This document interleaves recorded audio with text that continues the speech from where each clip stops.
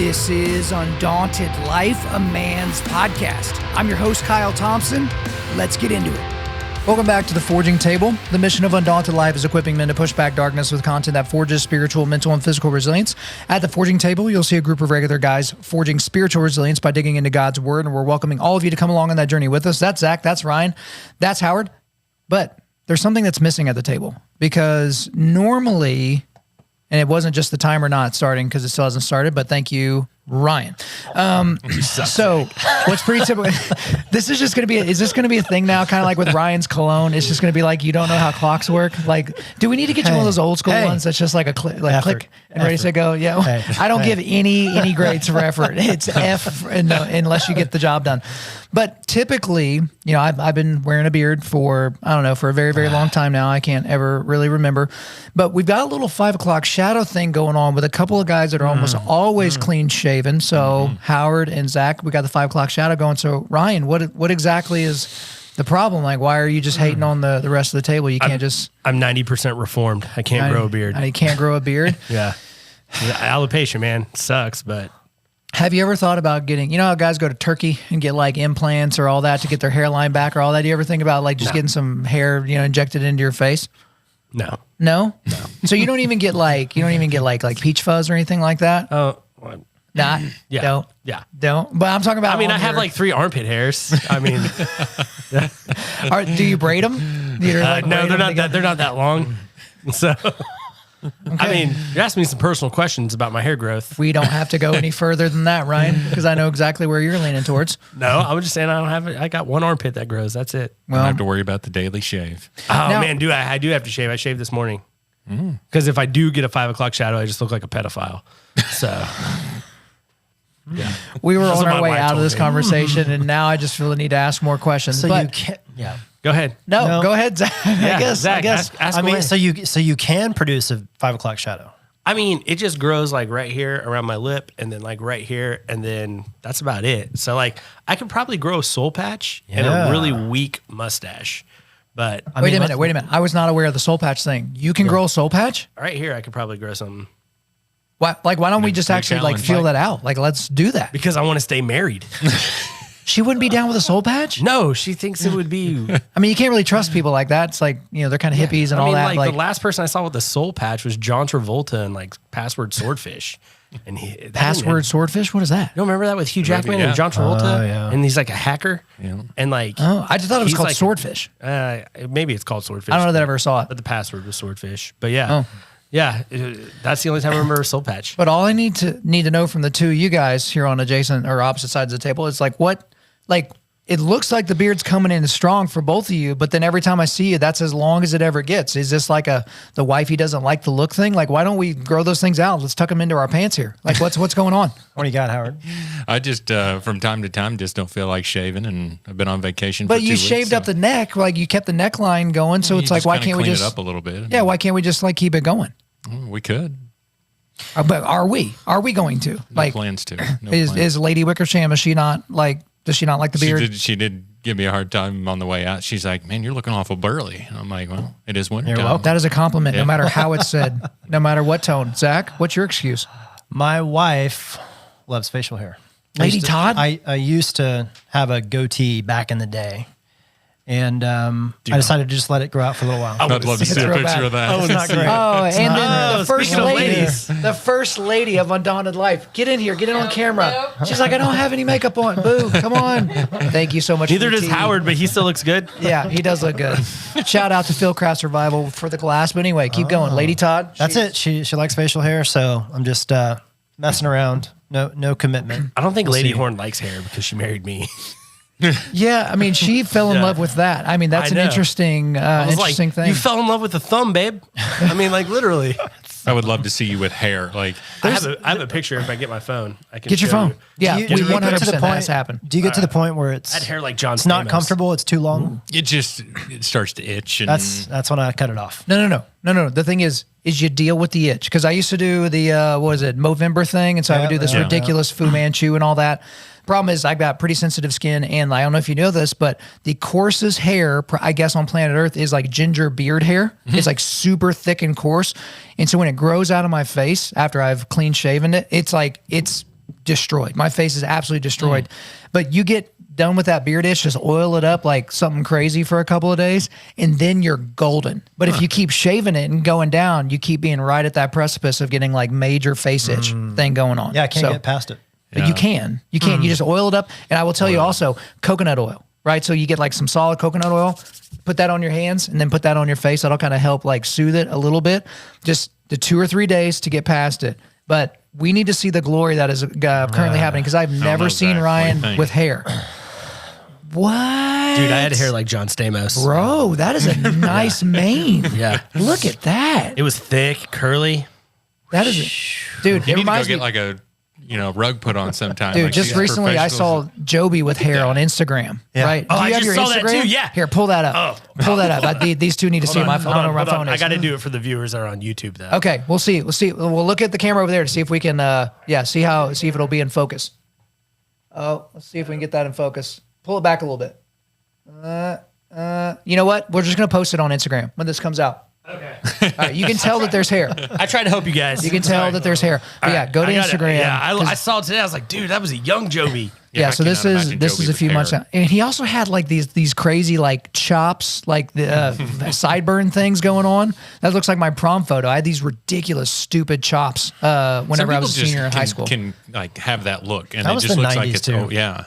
No, nobody pulls chops off unless you're like a Confederate general or something like that. Like those people are Dude, allowed. I just loved it, by the way, Joby, on Instagram. But You like, got a heart. Dude, the dude looks like he's like in what do you want to call it? What was that movie with Keanu Reeves? Look at that. Oh, are you thinking about the one with Bodie? Yeah, with And, Bodie. Yeah. Point Break. Point Break. Dude looks like he's in Point Break. Yeah, look at that. Wow. I would show it on the screen, but we've already proven Yeah, we've that we already can't proved get it, it. yeah. So But this is we'll add it to the something show that notes. Joby posted on, what is today? So this is January the 11th. So guys, go back to his post from January the 11th. Yeah, he's got a mane and all these. But yeah, that's the one. Look at these ridiculous chops. It's like chops and a sunburn. It's like the worst possible. He totally looks like a combination. youth pastor. And he does 100%. He's wearing cargo shorts. You can't see what he's wearing, but that's definitely. Oh, there's. He's like, hey, bro, Jesus loves you. Yeah, there's his lovely bride in there. So old school picture, and then all right, that's when we see apparently he was losing the battle with the hairline, so he just decided to bick it. He also lost the battle with the gym. He's really skinny. Now he's all buffed out. Oh yeah, steroids, man. That's just it makes that, or he's really allergic to bees. I don't know if they have bees down there in Jacksonville, but all right, cool. I kind of forgot there for a second that we are actually recording all this. So all right, there you go, guys in the audience. Hopefully you were entertained by that, because if you weren't, you're still along for the ride. But today we are covering Genesis 17 and 18. So we've been covering a lot of ground over the last several weeks, and we're going to keep that moving. This chapter hurts. It hurts? It hurts. All right, well, let's start the hurt out with you. We're going to read the first 14 verses of Genesis 17. Abraham and the covenant of circumcision. Let's go. We're going to talk about this in First four detail. verses? 14. 14 verses. 14. You got All right. this. Well, let me get my page ready to turn, because I know that annoys you. Well, it's not that it annoys me. It's that this is what, for anyone that doesn't know what's happening, because for years, so we have these amazing spiral bound things from Crossway. So I've got this thing I can't write in Bibles like this. Like I couldn't write or highlight in this. It just doesn't make me feel good. So they've got each book of the Bible. So this is Genesis. So you've got the scripture here and the ESV on the left, and then it's just like journal pages right here. But what Ryan would do is he would be reading and he would be holding it like this, and he'd get to any circumcised male who. Yeah, I really exaggerated the tongue. Is not circumcised in the flesh. And that would be the thing, is like there would just be dead air, and you know how much I love dead air. And so I was just trying to help you. It's not that it bothers me. It's that it just doesn't lead to good content. That's my You responsibility. just said dead air bothers you. It does. It does. And that's why we're not going to have any right now, Ryan. So if you would, can you read the first 14 verses I would of Genesis absolutely 17? love to. That's fantastic. Let's go. All right. When Abram was 99 years old, the Lord appeared to Abram and said to him, I am God Almighty. Walk before me and be blameless, that I may make my covenant between me and you and may multiply you greatly. Then Abram fell on his face, and God said to him, Behold, my covenant is with you, and you shall be the father of a multitude of nations. No longer shall your name be called Abram, but your name shall be Abraham, for I have made you the father of a multitude of nations. I will make you exceedingly fruitful, and I will make you into nations, and the king shall come from you. And I will establish my covenant between me and you and your offspring after you throughout their generations for an everlasting covenant, to be God to you and your offspring after you. And I will give you and to your offspring after you the land of your sojournings and all the land of Canaan for an everlasting possession, and I will be their God. And God said to Abraham, as for you, you shall keep my covenant and your offspring after you throughout their generations. This is my covenant, which you shall keep between me and you and your offspring after you. Every male among you shall be circumcised. You shall be circumcised in the flesh of your foreskin, and it shall be a sign of the covenant between me and you. He who is 8 days old among you shall be circumcised. Every male throughout your generation, whether born in your house or bought with your money from any foreigner who is not your offspring, both he who is born in your house and he who is bought with your money shall surely be circumcised. So shall my covenant be in your flesh, an everlasting covenant. And any circumcised male who is not circumcised in the flesh of his foreskin shall be cut off from his people. He has broken my covenant. Sign of the covenant in the Old Testament, circumcision. Sign of the covenant in the New Testament, baptism. I think we got an upgrade, boys. Okay, so just saying that from the beginning because, again, I think for anyone that is an adult male currently residing and listening to this podcast, you probably don't remember your circumcision. All of these dudes did. Okay, so this is quite the investment. Okay, dude got circumcised at 99 years old.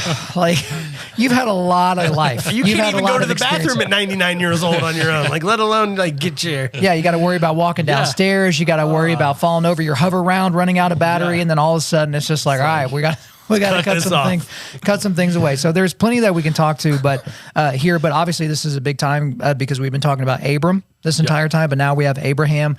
I loved the David Brown commentary had a very succinct thing here that in an Eastern context, which is where we are here, a change of name, even a subtle one, was indicative of a new circumstance in history, rank, or religion of an individual. And so some people were like, why did it need to change? Why didn't it change? Why didn't it go from like Abram to Larry? Or like, why did it have to be like so close? But again, that is just indicative of the context that we're in. So let's open up the discussion about Abraham and the covenant. I just thought like the whole piece of like, continuing with the name thing, like how truly like Abraham means father of many multitudes, right? And you look at Isaac, and we'll talk about that later, but what it means. But, throughout these verses or their chapters, how truly meaningful your name is and living those out. And it's like, I think the kids, when we were on vacation, said something about, was talking to Siri, what is each person's name? We were messing around at our in-laws' house, and they said, my name, what's Howard mean? And it says shepherd of the family. And that just kind of resonated with me. And it's like, it's kind of been on my mind recently, like, okay, am I shepherding my home? And so reading that into this, it resonates with you, like, okay, what does my name mean? And so that really stuck out to me. Yeah. Before we go too far, let's actually see what everyone's name at this table means. So let's start with Howard, because Howard may have just been completely talking out of his rear end. We'll see what baby name or nameberry.com. So Howard is a boy's name of, do you know what descent, what language descent it is? No, I didn't. Okay, it's of German origin, meaning high guardian or brave heart. That's way cooler than shepherd. Well, I guess high guardian of the home, guardian of the home, or yeah. All right, so Howard, once hugely popular in the top 50 from the 1870s to the early 1950s, hitting number 24 in 1920, has been stuck in granddad limbo for decades, but is showing some signs of stirring back to life. Along with such formerly fusty names as George and Harold, Howard may soon feel baby appropriate, perhaps with a short form of Ward. No one needs to call Ryan. All right, but now let's go Ryan. Little Ryan. King. Ryan, do you know Little Irish. King? Okay, let's see what we got. Let's see, here we go. The name Ryan is a boy's name of Irish origin, meaning Little King. Ryan's use of a given name was inspired by the surname Ryan, a variation of Irish O'Rian, meaning son of Rian. Rian is composed of Irish Gaelic elements, Ri meaning king, and An, a diminutive suffix. Ryan is considered a unisex name. That makes sense. In the United States, where variant spellings, Ryan. I know a chick named Kyle who's famous. Kylie. Wait, no, who's a Kyle that's famous? One of them Real Housewives. That's even worse for you. Oh my gosh. Yeah, Kyle Richards or something like that. Okay, I'm gonna the look fact it up. I'm that gonna you look it know up. that is worse Dude, than I that am might like be. a walking IMDb. Okay, but is that on IMDb, like sure the Real yeah. Housewives of Atlanta or whatever it is? Or whatever it is. I don't know which Real Housewives. I'm looking it up, though. All right, but now- Just to All right, so hey, are you Zachary? Is that like your official name? Just Zachary. Zachary? All right, let's see what Zachary's got. Here we go. Again, baby name DNA, nameberry.com. Zachary. The name Zachary is a boy's name of Hebrew origin, meaning the Lord has remembered. Did you know that? Nope. Zachary, a top 20 name through the 1990s, is now sliding down the rankings, though it remains in the top 200. With its ancient roots and modern feel, it's easy to understand why Zachary has been such a long-time winner. Okay, what'd you find over there, Ryan? Dude, this is so messed my up. God. You know how you What is talked that? about today's January 11th? So I Yes. found Kyle Richards, and her birthday's January 11th. No, are you serious? Yeah, dude. Her name's straight up Kyle. Okay, yeah, I never knew that. But hey, happy birthday to Kyle Richards. Okay, congratulations. And Kyle shares a chick name. All right, but literally, that's the only chick that feel anyone the love. thinks. You feel the love between no, these two. There's not a single What chick actress is named Howard. Ryan? What? Name an actress, famous person named Ryan. Why does it That's a got to be girl. an actress? Meg Ryan. Right? Because Meg, Kyle- Meg Ryan. That's her last name. No one needs to know that. Okay, here we go. Kyle, the lamest of all names. All right, here we go. The name Kyle is a boy's feminine. name of Scottish origin, meaning narrow spit of land. I literally have the lamest name at this table. Kyle is still. And you share it with a chick. Oh, it gets worse because when you use this word, Kyle is still appreciated. It's kind of like, Kyle is still appreciated by thousands of parents each year for its combination of simplicity, strength, and style. It was in the top 20 for the most of the 90s as a Scottish surname. It dates back to the 15th century. You know what? Let's see. We've got a little trend line here. So, we were not in our heyday in the late 1800s, early 1900s, but boom, around the 1990s, around the time that I was named this, we got a nice little bump here, right? So we were, what was our highest here? We were the number 18. We were number 18 in 1990, all right? So Kyle's were number 18, but now we are way down in the 400s. But you know what? Let's just keep this going. So all of these names are inverted. They're all coming down. So what are the top names? So okay. What's happened? Well, okay, it's because of ridiculous white people. The new thing is let's take normal names and just misspell them. Oh, that's or let's bad. take things that are just not flat out not names. Like when I hear my sons talk about the kids that are in their classroom, I'm like, that's not their name. Like that's got to be a nickname. And I'm not going to say any because I know some of the people listen to the show, but it's like, these are not names. My boys are James and Elijah. James is the most popular name of the last 1,000 years or something like that. But what do we think are some popular names? Before I look, it's probably going to be like Liam. It's probably going to be on there. That's everyone's that's favorite because popular, it's part of a William's going to be Muhammad. Hunter. name. Well, yeah, that's always going to be number one. Hunter. John. We think Bullet. Hunter. It's got to be something dumb. And I can't say it because I know people listen to the show and they've got kids with dumb names. But that's the thing is most people will just take normal names and just misspell them. Oh, yeah. And it's just like, what?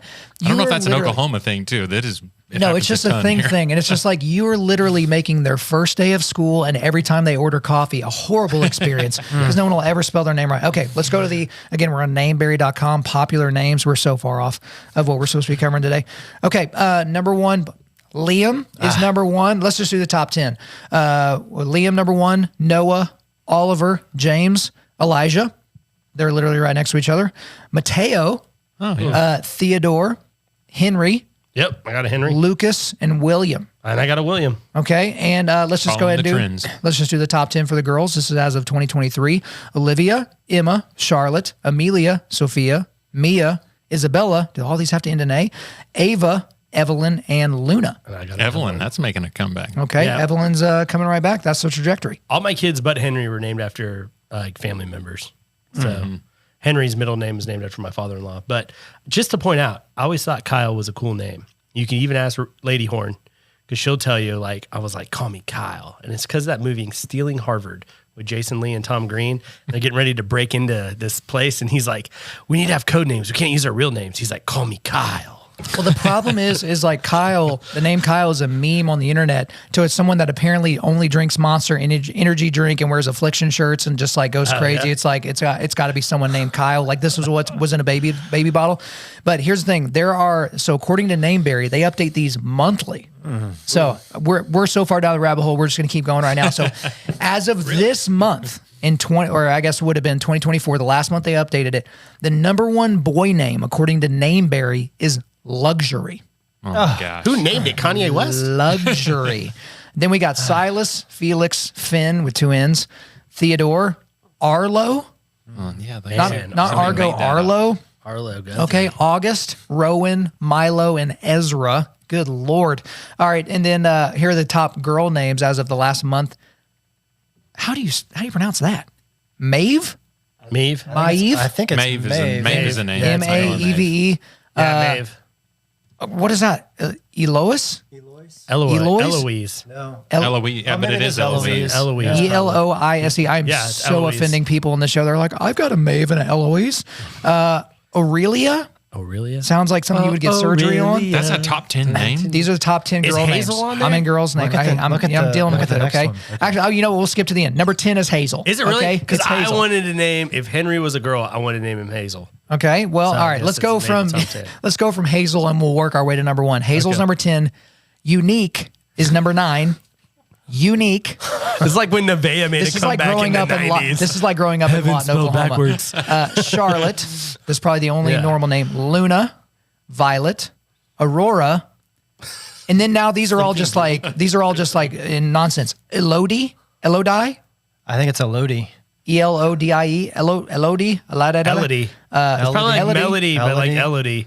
You're probably right. Yeah. You think like these people. That's Well, no, that's I the just- problem. No, because you're nailing it. What was the one? IMDb. Eloise. It's like, do these people's Eloise. names even have a meaning? Like Aurelia? these others? Like, I'm Dude, sure they you know do. I'm down. I wanted to name Evie Unique. but Okay, Rachel this is what said we're gonna no. do. We're gonna end this, but I need to know what Maeve means. M-A-E-V-E. That's like from what's that show called? The Boys that got Queen Maeve. I think that's why it's making a comeback. Maeve is a girl's name of Irish origin, meaning she Oh, you can't. meaning she who intoxicates.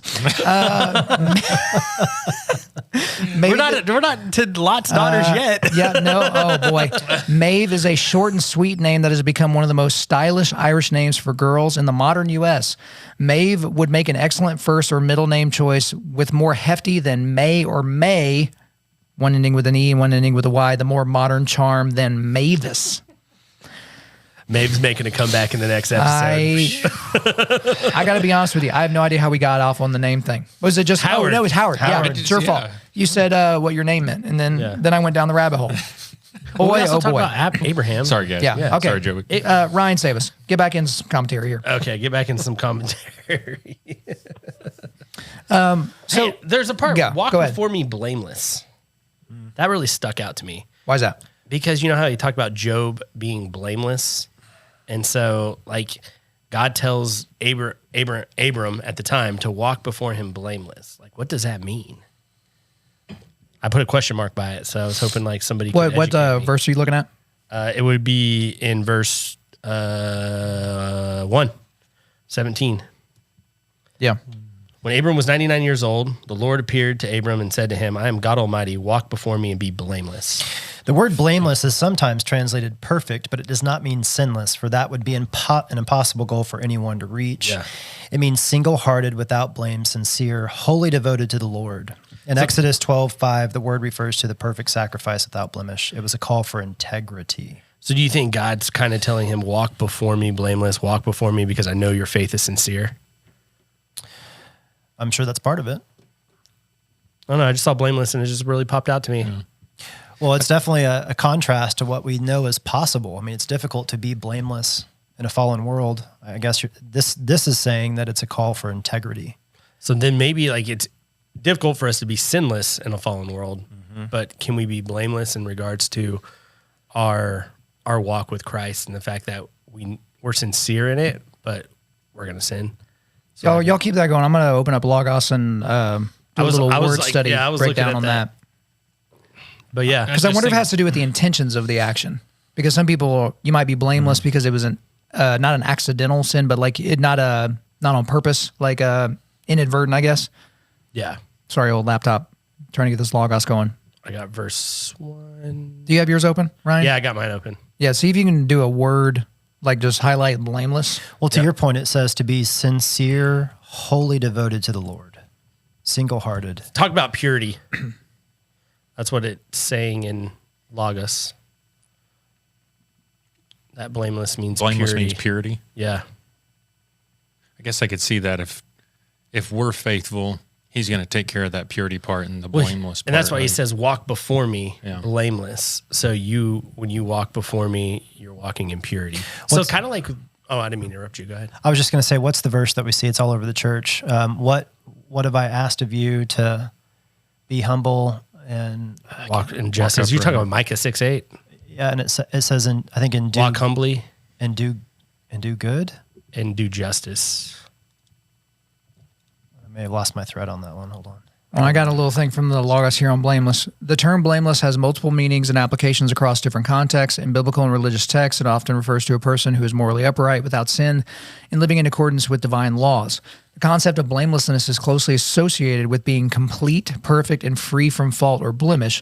It can also denote someone who is honest, devout, and of integrity. In some contexts, being blameless is linked to ritual cleanliness and purity. The idea of blamelessness is often presented as an ideal state to strive for, with various religious contexts encouraging followers to pursue a blameless life. However, it is important to note that achieving perfect blamelessness is often seen as a challenging goal, with some theological discussions acknowledging the difficulty of attaining the state completely in human life. So I think, again, it goes to what our striving is. And this is a synopsis that's coming from Jeremy Thompson. It's coming from the Lexham Analytical Lexicon of the Septuagint. This is coming from Augustine of Hippo and Carl Denick. That's where we get some of the commentary here on this. I think what I'm seeing from that now is like we're now talking into him taking the act of circumcision into the covenant. And so I think him doing this action of circumcision makes them blameless before the Lord because they're taking the covenant in. That would be my thought after hearing that. Well, if I'm getting circumcised, I'm definitely wholly devoted to the Lord and sincere. Yeah. Especially at 99. Yeah, you don't casually do that. That's not raising your hand at church camp. Yeah. Imagine if that's what came next. Who wants to be blameless? Yeah, there are two lines. Like I bet the I'm getting saved and the rededication lines are going to be a little bit different. Who wants a brisk? Yeah. This is going off the rails entirely. This is how it goes, though. This is normal. This is real life. Anything else on, well, I guess, I mean, we can obviously talk about the covenant, but I mean, we're kind of talking about it in jest, but, you know, when it talks about a particular people being chosen, I don't think there were people that were raising their hands unless they had fervent belief. You know what I mean? This is not a casual thing because you can casually join a Bible study. You can casually become a member of a church, unfortunately, with kind of how modern churches go. A lot of modern churches don't even have membership. But, you know, you can be very casual in things and never actually make a dedication. And that's when you get these people that will have that crazy experience, that run-in with the Lord, that near-death thing. And then all of a sudden it's like, oh my gosh, I've been doing Christian stuff all this time, Christian-seeming stuff, but I wasn't actually dedicated. And again, I don't think it's like, okay, if we were circumcising people during worship services in modernity, that it would not be, we didn't turn it on. No, it's on. I just can't see it. Yeah, Sorry, we're at 9 seconds. Pause. Don't look at me. Yeah, I'm looking at you. It was supposed to be your responsibility. The timer problem is what for all of you not watching this on video. But yeah, it seems like maybe if there was more dedication, it's kind of what we talked about a lot on this show. It's like we try to make Christianity, like we shouldn't create barriers of entry for people, but like we put the bar so low for individuals where they have a low view of what being a Christian actually is. They have a low view of sanctification. They have a low view of, you know, being reconciled to God. They have a low view of the Bible, of reading scripture, because we're just like, oh yeah, just raise your hand, you know, after the concert and, you know, we're all going to be good to go.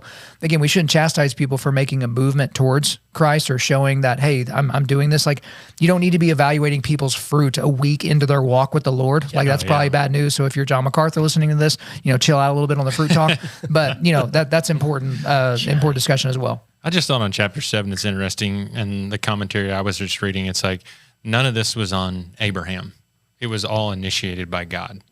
You know, he took that step, and how he talks about it being an everlasting, not just for Abraham, but for all of his generations to come, for all of his seed. And it's not just Abraham that's going to make that continue on. God's going to take that initiative and continue that initiative on. So I think so many times we put it on ourselves to do those things, but God's going to be faithful to his covenant. And it's a reaffirmation of the first covenant when God himself went through the slice, you know, animals, eventually fulfilling the curse himself on the cross. Yeah. When it's a different thing, I feel like, because in the New Testament, it's like, oh, grace through faith, you're good to go. And then there's kind of like this cheap grace thing. But here it's like, no, you know, walk before me and be blameless. Like have purity, have innocence, be guiltless here. Like that is the standard. The point is, and Wes Huff made this point whenever he was on the Joe Rogan Experience, when he was trying to explain the law to Joe. This was, 3 hours into the podcast, but he's like, look, the law is a mirror. Mm-hmm. Have you ever tried to clean off your face with a mirror? Like, it just smudges everything around. The law can't cleanse you. It can't clean you up. Yeah. It just shows you how dirty you are. The word that we would use would be depravity, like how depraved you are. So it's just a different thing to focus on. But again, we do have standards. There's too many Christians that are just way too cheap with the grace that's been afforded to them and the sacrifice of Jesus on the cross, because they just decide, I'm going to live however I want to live because I've got grace and I'm in grace. But, obviously that's not a good plan. And I think it's really answered my question in the fact that this covenant allows him to walk in purity. Just like we walk in purity now because of the grace of Christ and his new covenant from dying on the cross for us. And so now we can walk blameless through him. And these guys were able to walk blameless for the fact that they were circumcised and they were under the Abrahamic covenant. Right. Yeah, and for the cheap grace side, I mean, if you've truly been saved, it says that God disciplines those that he loves, just like you would discipline your son. So yeah. I don't think that's something that's going to be prevalent for a long time. I think God's going to start to work in your life against that. Well, we see that already here with Abraham. I mean, he went through, he had, I don't know if you would call it cheap grace, but he made some bad mistakes, that when not having faith in God, and like, look what's happened to his lineage because of that, That's right. All right, let's keep Genesis 17 going. Howard, if you could read 15 and then just finish out Genesis 17. So that's 15 through 27. 15 through 27. Abraham fell face down. He laughed and said to himself, will a son be born to a man 100 years old? Will Sarah bear a child at the age of 90? And Abraham said to God, if only Ishmael might live under your blessing. Back up to, I may have misspoke. Start at 15. 15, okay. Yeah, start at 15 and then go. God also said to Abraham, as for Sarah, your wife, you are no longer to call her Sarai. Her name will be Sarah.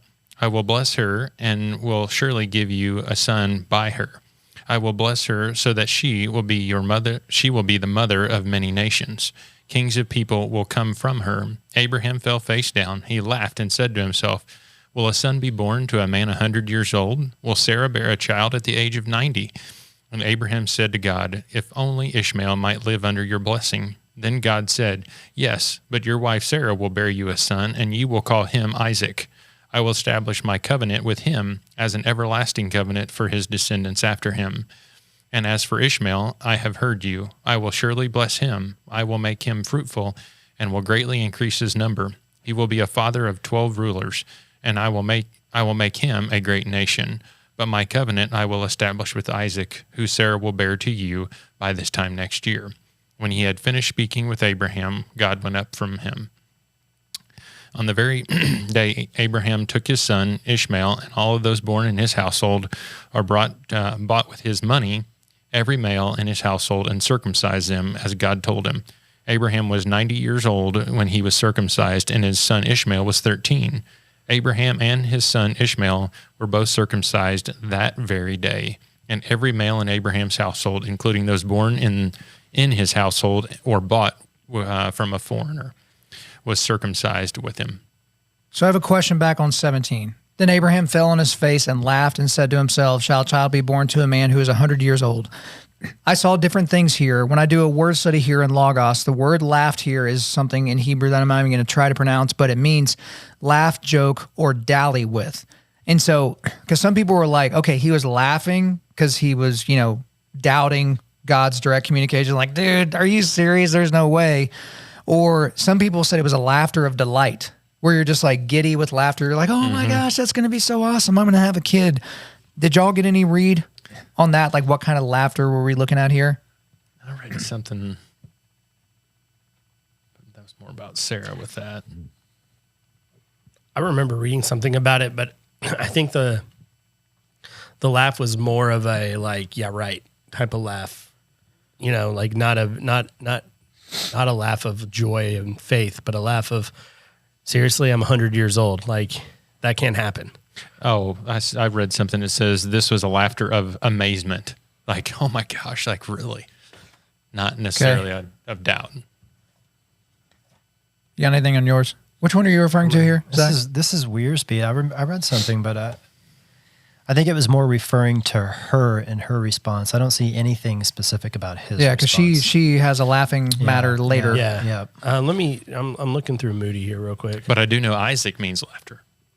Okay.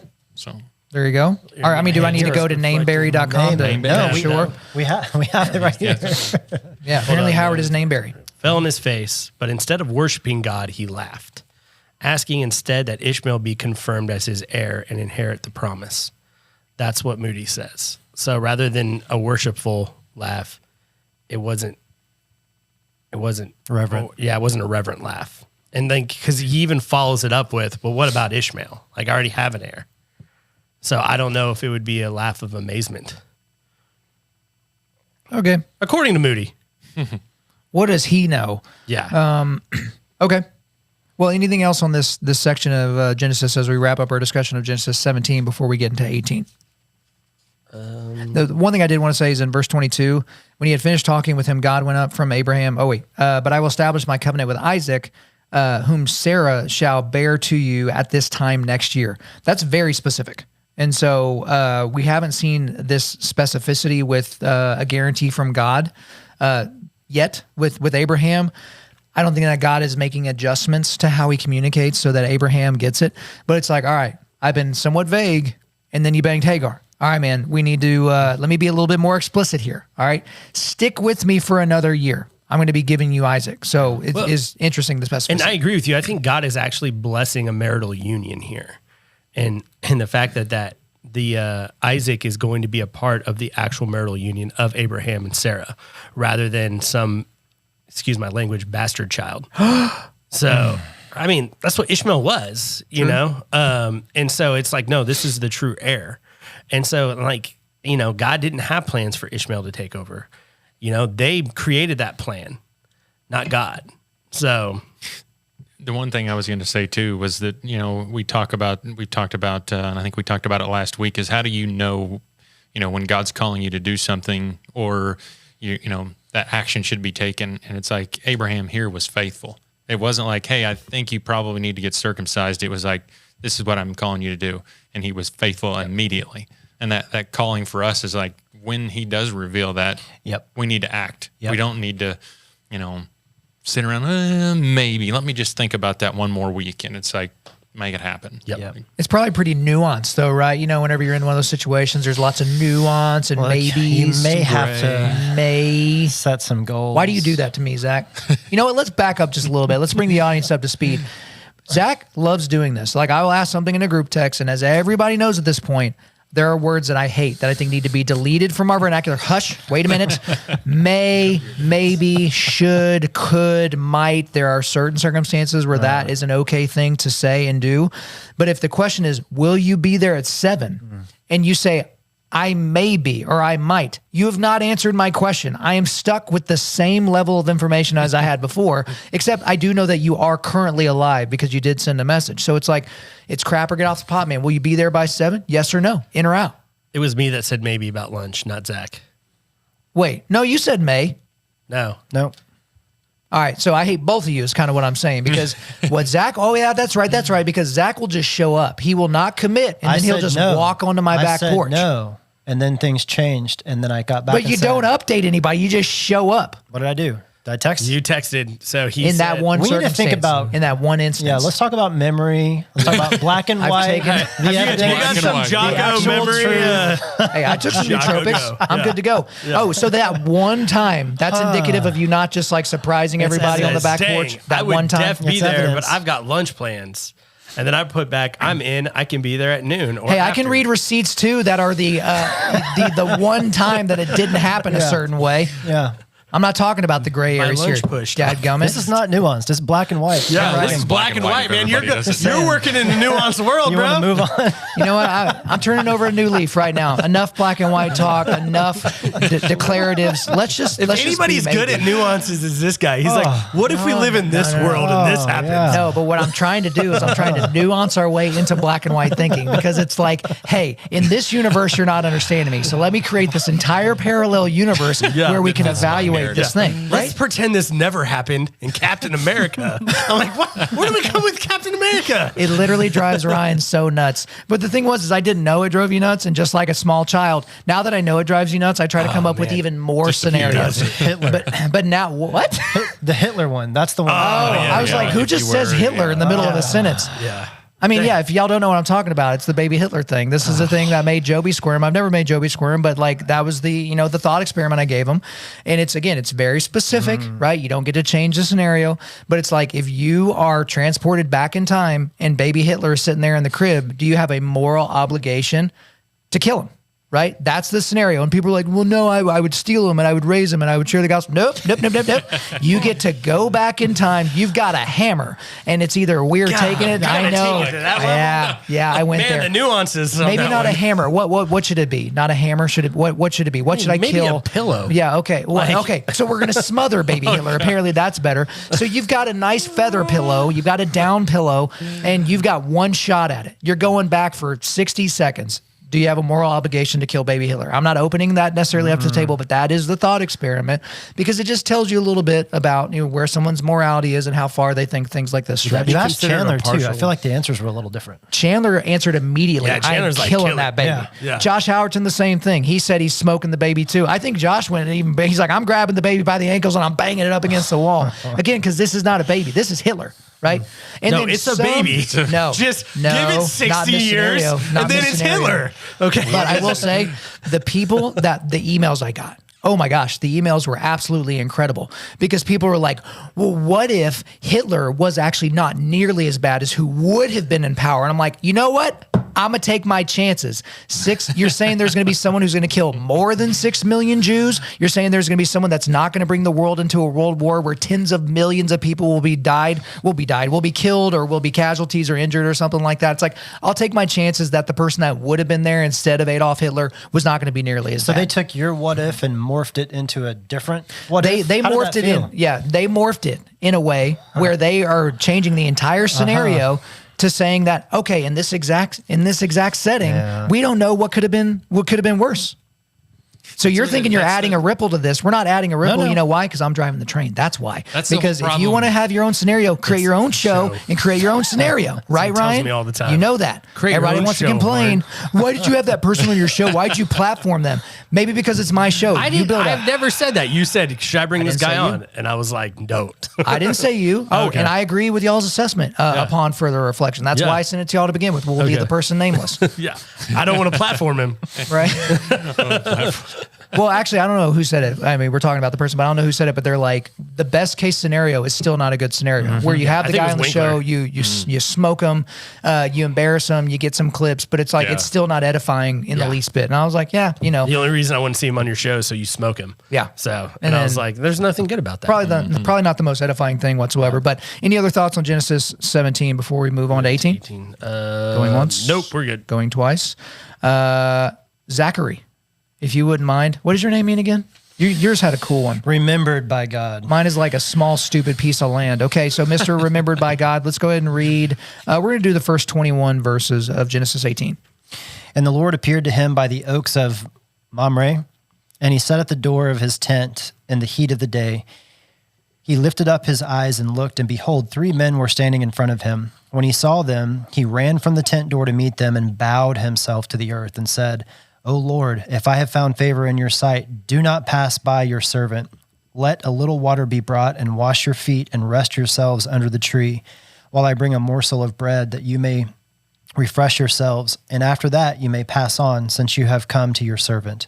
So they said, do as you have said. And Abraham went quickly into the tent to Sarah and said, quick, 3 seahs of fine flour, knead it and make cakes. And Abraham ran to the herd and took a calf, tender and good, and gave it to a young man who prepared it quickly. Then he took curds and milk and the calf that he had prepared and set it before them, and he stood by them under the tree while they ate. We're going on? Yeah, go through 21. They said to him, where is Sarah your wife? And he said, she is in the tent. The Lord said, I will surely return to you about this time next year, and Sarah your wife shall have a son. And Sarah was listening at the tent door behind him.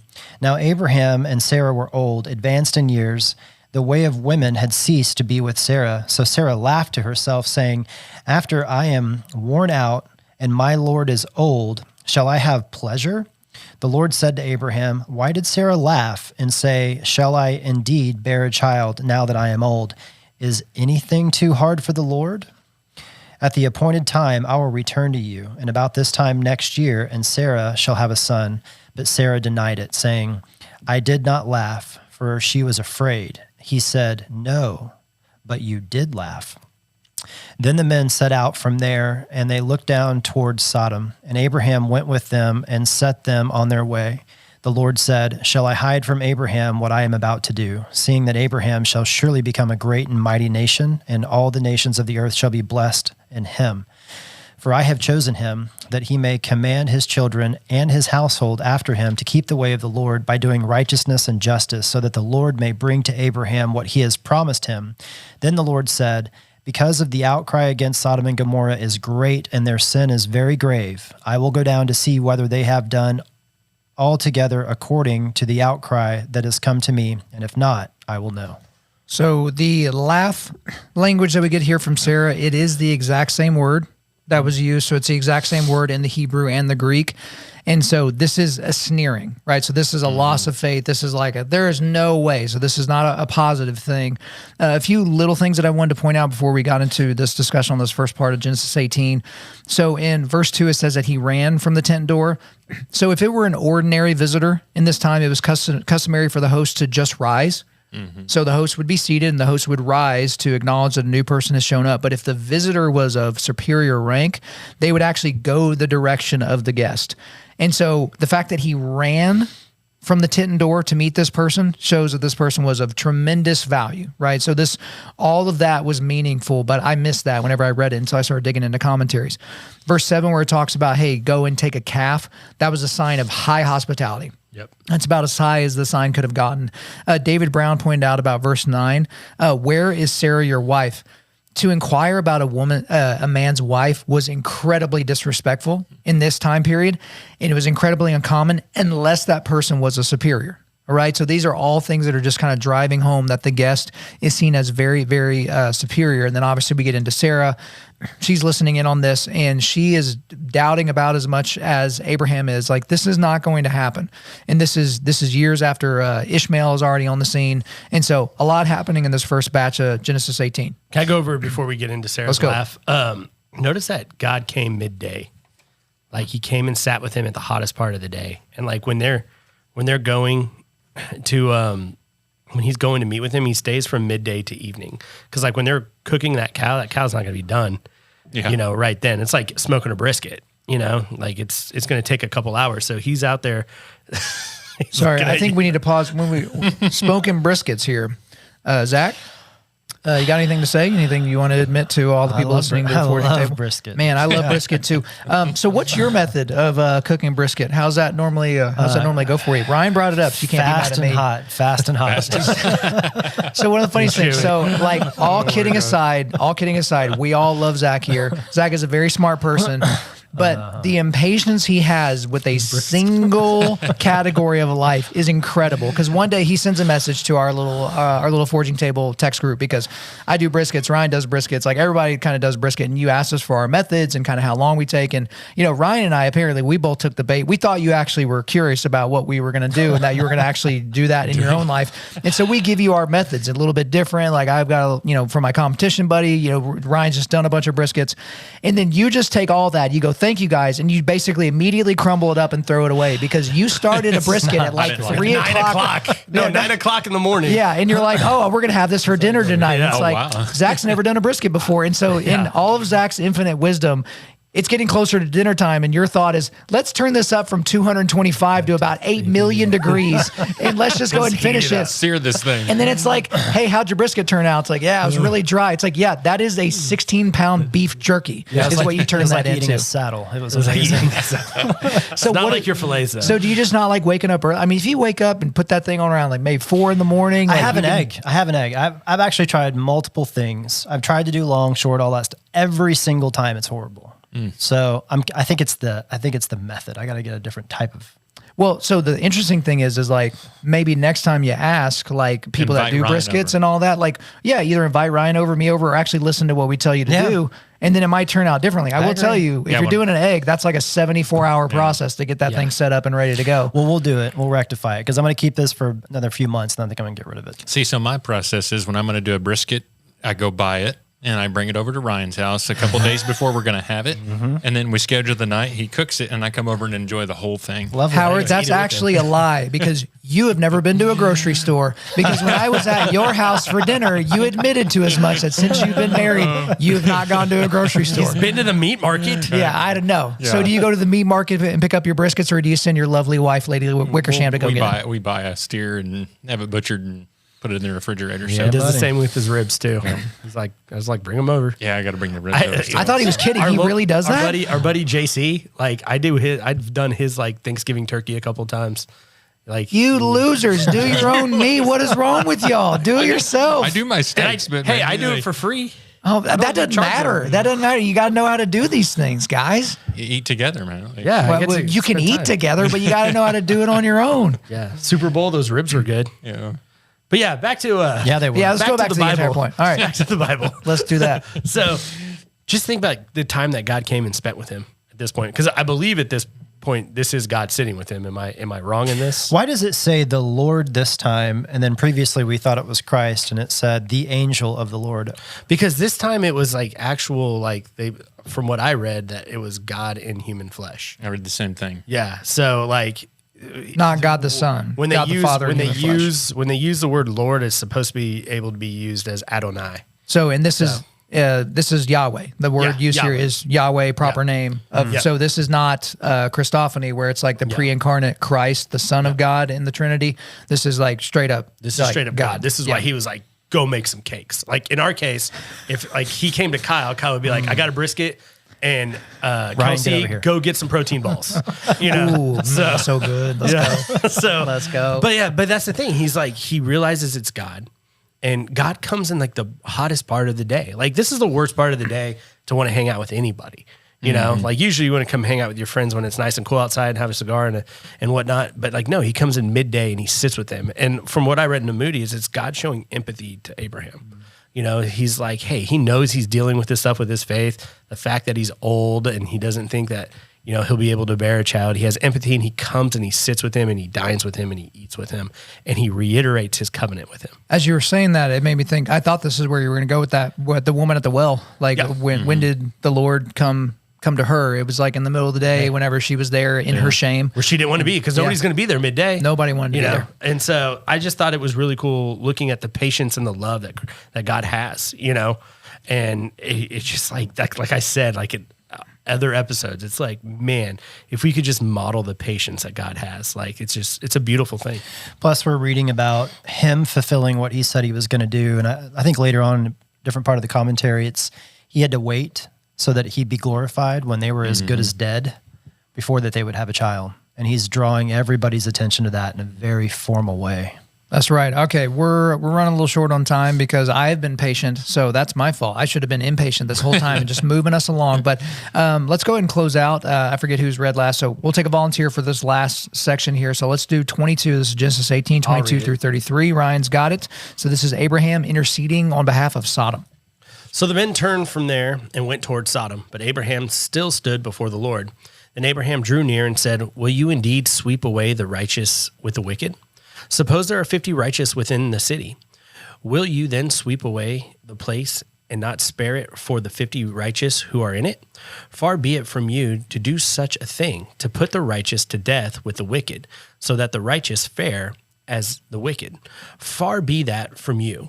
Shall not the judge of all the earth do what is just? And the Lord said, if I find at Sodom 50 righteous in the city, I will spare the whole place for their sake. Abraham answered and said, behold, I have undertaken to speak to the Lord. I who am but dust and ashes. Suppose 5 of the 50 righteous are lacking. Will you destroy the whole city for the lack of 5? And he said, I will not destroy it if I find 45 there. Again he spoke and said, suppose 40 are found there. He answered, for the sake of 40, I will not do it. Then he said, "Oh, let not the Lord be angry, and I will speak. Suppose 30 are found there." He answered, "I will not do it if I find 30 there." He said, "Behold, I have undertaken to speak to the Lord. Suppose 20 are found there." He answered, "For the sake of 20, I will not destroy it." And then he said, "Oh, let not the Lord be angry, and I will speak again for this, but this once. Suppose 10 are found there." He answered, "For the sake of 10, I will not destroy it." And the Lord went his way when he had finished speaking to Abraham, and Abraham returned to his place. So this is an interesting part of Scripture. Some people look at this as kind of laborious. It's like, why are they giving us a detailed description of this when wasn't a couple of weeks ago we were like, we wanted more descriptions of this battle, and we got like nothing. We basically got gladiator-tude. How did you turn that fantastic movie into a verb? All right. No one got gladiator-tude. But you know what? I'm going to show you patience and grace and all those positive things and just move right past it. But the word used, because it kept talking about righteous. The word here, we're talking about right, innocent, just, in the right, upright. And this entire way, it's giving you a sense of what is happening in this city. Okay, because we've all, I think, been in some depraved situations. Maybe we've had a group of friends that were kind of busters. We've worked at places where we had some people that have some very challenging, they had challenges with morality, we could say. But have we ever been in a place, because, it's easy to poke fun at, Amsterdam or Seattle or Los Angeles or New York City or in these, Portland or anything like that. But don't you think that we know for certain there are Bible-believing, wonderful Christian people in all those areas, right? They are pushing back darkness on the front lines of it, right? They're getting like rainbow dildos thrown at them while they're trying to just get a sermon out. You know what I mean? Like, what? I just wanted to make Zach look disappointed. And Sheck did that. Yeah, he was but that's the thing is these are people in the front lines. And so, yeah, they could find 50.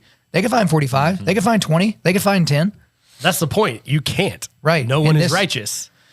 And so not even Lot is righteous. So he's trying to intercede for his family, Lot. And that's why it keeps going down. He's like, 50? He's like, yeah, if there's 50, well, he knows there's not 50. Yeah. And then he gets down to 10. He's like, yeah, if there's 10, but God knows that nobody is righteous. That's why we needed Christ Jesus. That's why we needed the real sacrificial lamb, because nobody was righteous. Now, does God spare Lot? We'll find out. But the thing is this shows us our total depravity doesn't give us righteousness. That righteousness is a gift, not something earned. Well, let's push back for just a second on that. So let's do it. Abraham says he was sure there was at least 10 believers in Sodom and Gomorrah, and you're talking about righteousness, and it says that Abraham was counted as righteous because of his faith, right? So if you say believers, well, this is in a commentary. Okay, but I guess long story short is, are you saying that in Sodom there weren't 10 people who were righteous because they believed in God? Or are you saying that there weren't 10 people that were, sinless or what's the distinction? There weren't 10 that trusted? There wasn't 10 that trusted. They didn't, Lot didn't really trust in God. I don't believe. I think God does count him righteous. And we see that later, I think in Peter. Mm-hmm. I'd have to go back and look when we get to that chapter. But the thing is that if you look at Lot, Lot's the only one. Because if we talk about his wife was more than likely from Sodom. His daughters grew up in Sodom, so there's not 10, there's and that just goes to show us that we're not righteous, and we're only called righteous because of God, because of that gift. And then God gives them that gift by the angels coming to pull them out. I just think it's interesting that Abraham, I don't know if this is a context to pull away from it, but Abraham is interceding for those he loves. Yep. For our application, are we interceding to this extent to God for those we love? Mm-hmm. I mean, it'd be hard for me to go to God if I'm Abraham here, and kind of keep arguing with him and almost, hey, well, okay, you did that. Now will you do this?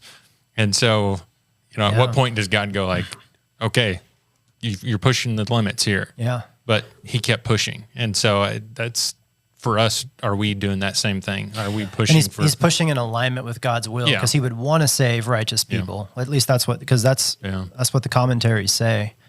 But yeah.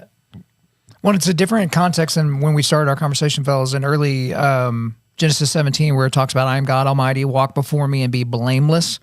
That's not the same here, because blameless, this is, complete, sound, whereas righteous, it's just saying, you're in the right. You're acting in an upright manner, an innocent manner. So I don't think it's talking about as we've kind of already established, blamelessness as it pertains to sin, because we know that that's not possible this side of glory. But the other thing too is we got to understand is Lot's in Sodom. He's not circumcised either. He's not a part of the Abrahamic covenant. True. So he's not even walking blameless, let alone righteous. Because I acknowledge that. In addition, like, because the question is going to become, why destroy Sodom and Gomorrah? Like, why would God do that? Because technically you could say, according to the law, there's no one that's righteous anywhere on the planet in any city. Nope. What is especially depraved about Sodom, the people of Sodom and the people of Gomorrah? Because they are explicitly talked about throughout here. I mean, we go back to, what was it, a couple of weeks ago? Was it in 13? Wicked sinners. Sorry, we're doing it live. So Genesis 13, verse 13, now the men of Sodom were wicked, great sinners against the Lord. I mean, this was, weeks ago, and this is kind of years ago here in this context. Like, this is a well-known thing, but according to the righteousness of God, there's not a single righteous person in any city anywhere on the planet at this time. See what I'm saying? Yep. So it's like, what was so unrighteous about these people to where we had this like seeming negotiation between Abraham and God? And that's the thing, like I'm sorry, go ahead. Do you think, this is kind of a thought, like, do you think Abraham wanted God to save Sodom, or did Abraham want God to save Lot and his family? You would think he would have been more explicit, like, hey, please don't kill Lot. Yeah. Like that kind of thing, as opposed to doing this kind of meandering, circuitous way to get to the exact same place, I think. Yeah, because I'm sure Abraham knew of Sodom and how bad they were. So, I don't know, just a thought I had about. He wouldn't take the king's ransom, Yeah. So they knew Sodom was wicked. I think what it comes down to is, you ask the question, why did God do this? Like, people are going to ask the question and question God. And I think it comes back to Job, when Job questions God and says, hey, why did you allow this to happen? You know what he says? Gird up your loins. Yeah. Did you create the world? Like, who are we to ask? God's got a reason he wants to take out Sodom and Gomorrah, and he takes out Sodom and Gomorrah. This frames him as one of the intercessors, and there's a bunch of those in the Bible. But it says Abraham did not want to see all those people die and be lost forever, and God is not willing that any should perish. And it says, explicitly that I have no pleasure in the death of the wicked, but that the wicked turn from his way and live. So intercessors must have compassionate hearts and a deep concern for the salvation of the lost, no matter what their sins may be. So at least this commentary is saying that he's the man of the hour in God's plan right now, and he's concerned for everybody, and certainly his family. Yeah, I would assume. Before we end, though, there's something I did want to bring up, because I know we're running low on time, and I kind of missed this in the first half of 18. In verse 19, it says, "For I chosen him, that he may command his children and his household after him to keep the way of the Lord by doing righteousness and justice."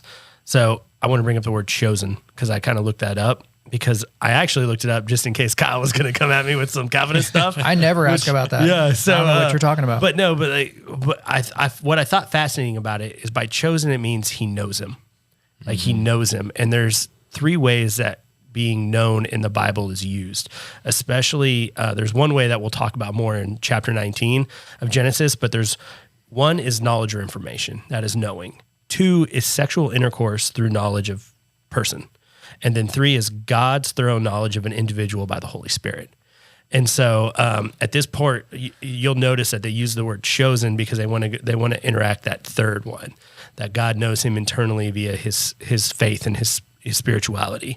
But when we get to chapter 19, we're going to be really focusing on the second one, because a lot of people will come back and say, well, they just wanted to have knowledge. They thought they were spies because they want to make light of, or not make big of, what the real sin in Sodom was. Yeah, no, there's a bunch of different words for chosen that are used throughout Scripture. This is one of the least common ones. Yep. Again, know, notice, hear of, learn, reveal, be, or. So that's not used very often in the scriptural, in the canon. So I thought it was interesting. Yep, I agree. Guys, other thoughts on Genesis 17 and 18 before we wrap? I think the last thing I just thought of that really stood out, and it stood out through all these chapters, is how God continues to reaffirm his promise. And as he reaffirms that promise, it just, sometimes we think to ourselves, like, well, why does he need to have those promise so often? We're the same way, right? We just need that. And I think God uses that in our lives to keep us where we need to be. And, it talks about in Romans, faith comes by hearing. And we have to continue to hear those promises over and over again in our lives. And he's faithful to do that, whether we are or not. Yeah, look at the entire story of Abraham. God is constantly reminding him, hey, I got you, man. Yep. You will have an heir. I got you. You got an heir. He got impatient. Sarah got impatient. Sarai got impatient. And then we obviously see we're in the downstream consequences of that now. All right, guys, we're going to have to leave it there, but come back here next week where we're going to be digging into Genesis 19. So only doing Genesis 19 next week. But before we let you go, we are going to do a quick resilience boost. At Undaunted Life, our mission is equipping men to push back darkness with content that forges spiritual, mental, and physical resilience. I want to remind you that we have a Crossway Forging Table starter set. There are 5 books in that starter set. You can get all the information there in the show notes. The Logos Bible software, which several of us were digging into even in this particular podcast, it's the most powerful Bible software on planet Earth right now.